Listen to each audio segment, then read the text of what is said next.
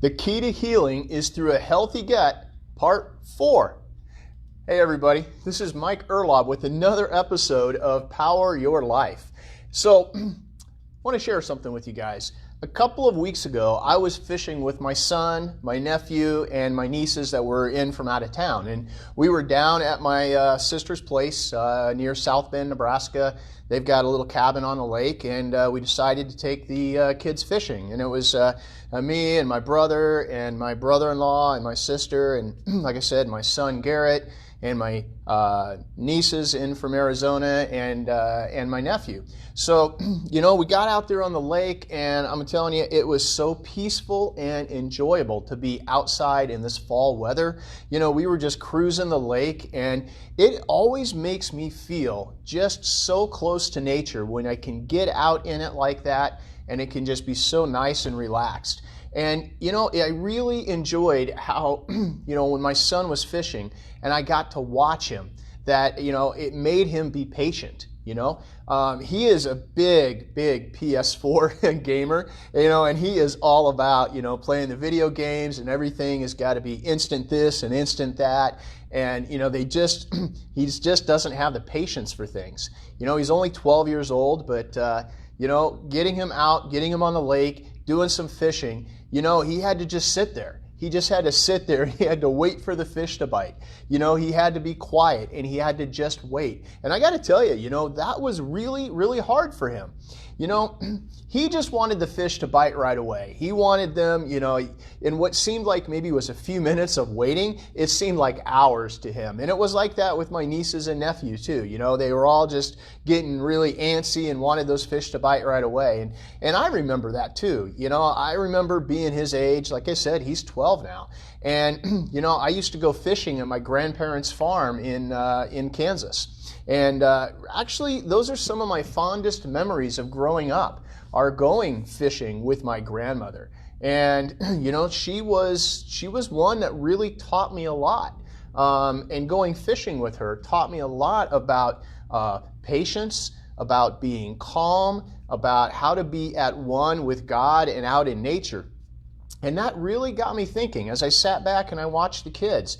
It got me thinking just, how important it is for kids and even us today just to learn how to be patient and wait for things. You see, I think today that so many of us are really lacking in that area. Our culture today is all about, it's just about immediate gratification. Everything is on demand. Everything is right now. Everything is like coming at you 100 miles an hour, and it can really make your life feel like it's spinning out of control if you're not careful. But, learning how to wait for things, slowing that pace down, calming the mind, these are all important skills that I think each and every one of us needs in order to be successful in life and in all of our relationships. And I think that when we can do that, when we can, gain some perspective, and we can turn, and in turn, stop that proverbial hamster wheel of life that so many of us find ourselves on. When we can do that, I think things really improve. I know this is an area that I often have to work on, and I got to work on this every single day myself.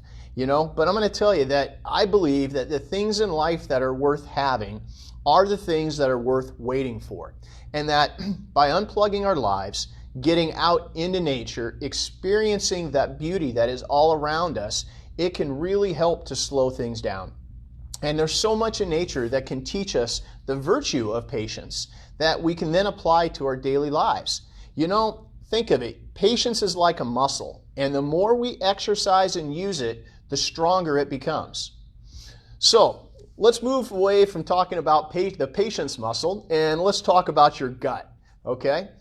So as you have learned so far, your gut health, it is so critical for your mood, for your immune system, for your joint health, and your inflammation levels. So now we talked a little bit about the leaky gut, and the leaky gut is where that toxic food particles, different chemicals, bacteria, they will leak through the intestinal wall and they get into your bloodstream and into your body.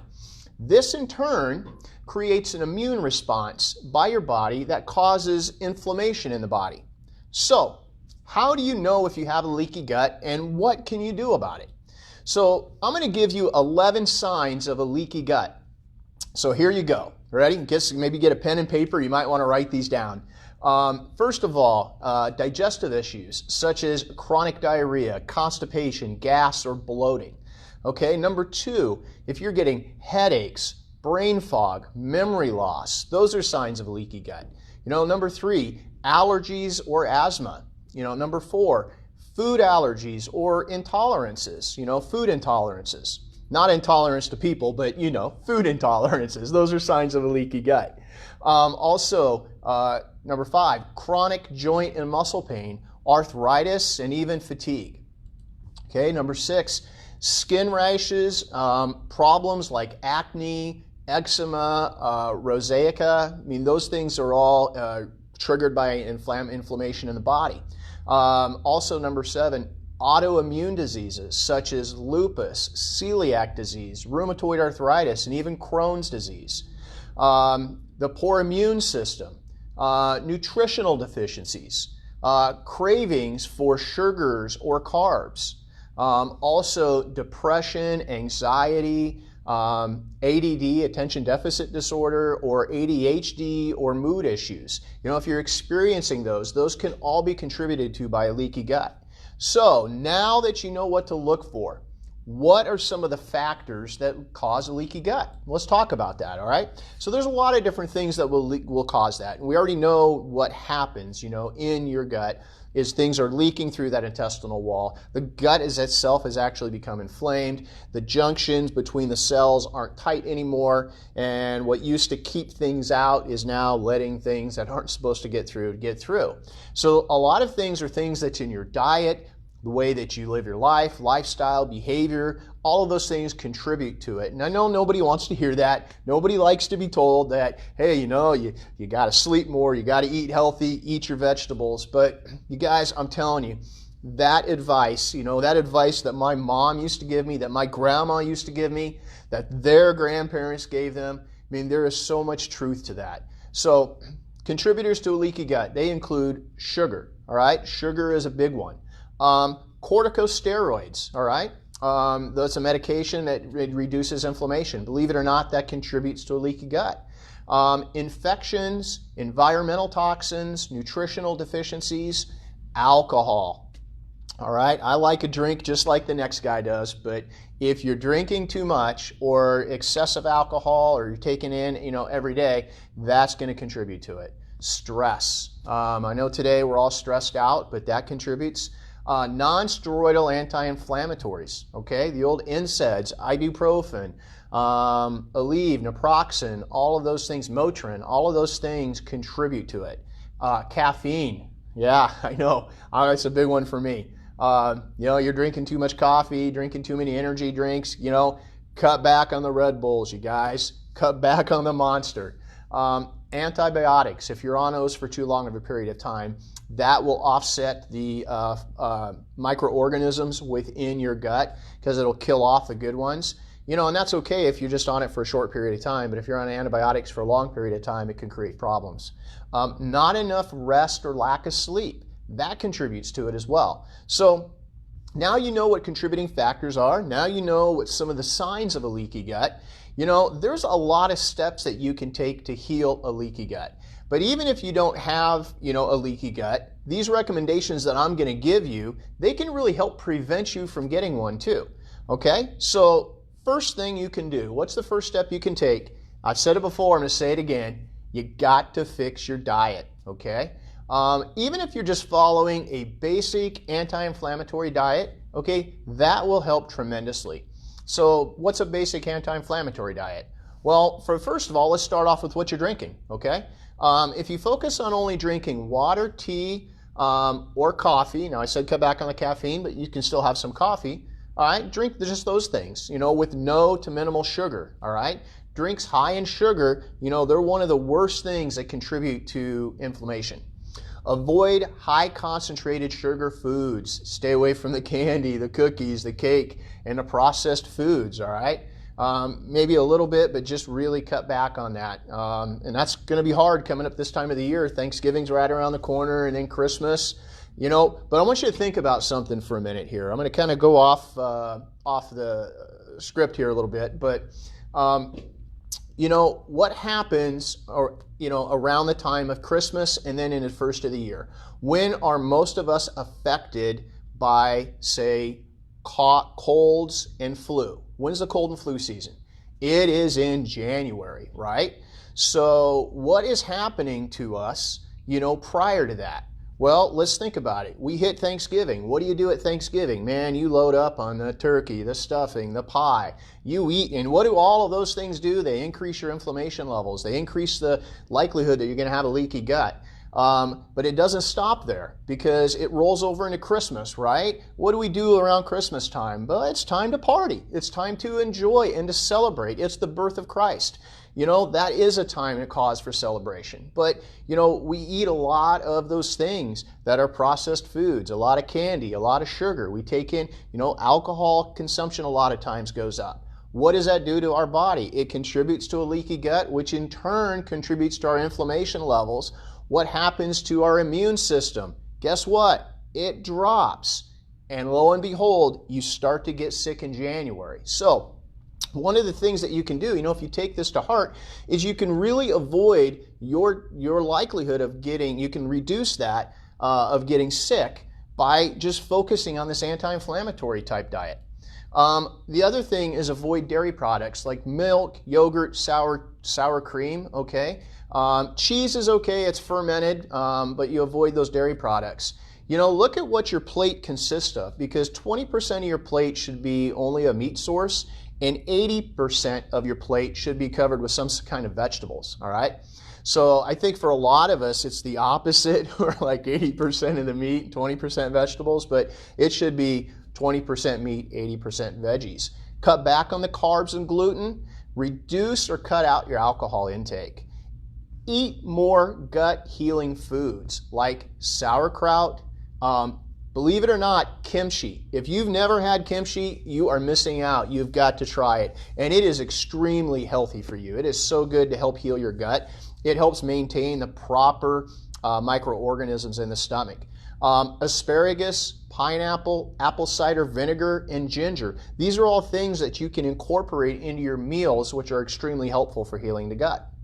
So we've talked about the diet. Let's talk about managing your stress levels, okay? Because that's one of the second things that you can do. Focus on meditation. I swear by it. Meditation has so many benefits. It helps calm the mind, helps give you clarity of thought. It helps relax the body, okay? Get 7 to 8 hours of uninterrupted sleep a night, all right? Turn the TV off early. Set yourself up on a sleep routine. Get those hours of rest. It will make a big difference for you. Yoga is very helpful. Breathing exercises, especially diaphragmatic breathing. Many times that's incorporated into meditation. So, really focus on those. Those can help. All of these suggestions, all of these things will lower the activity of the sympathetic nervous system, and it will increase the activity of the parasympathetic nervous system. And that in turn helps to lower your cortisol levels, which is your stress hormone. Now, one of the other things that you can do, number 3 on my list, is take a probiotic supplement, okay? There are a lot of good ones on the market, and I'm not here right now to push one over the other, but I am going to tell you these are some things that you need to look for in a probiotic. So one is look for probiotics that have multiple strains of bacteria, okay? Different strains of bacteria provide different benefits to the body. And the studies have shown that multi-strain probiotics are more effective than the single-strain probiotics. So also look for probiotics that have balanced strains of bacteria.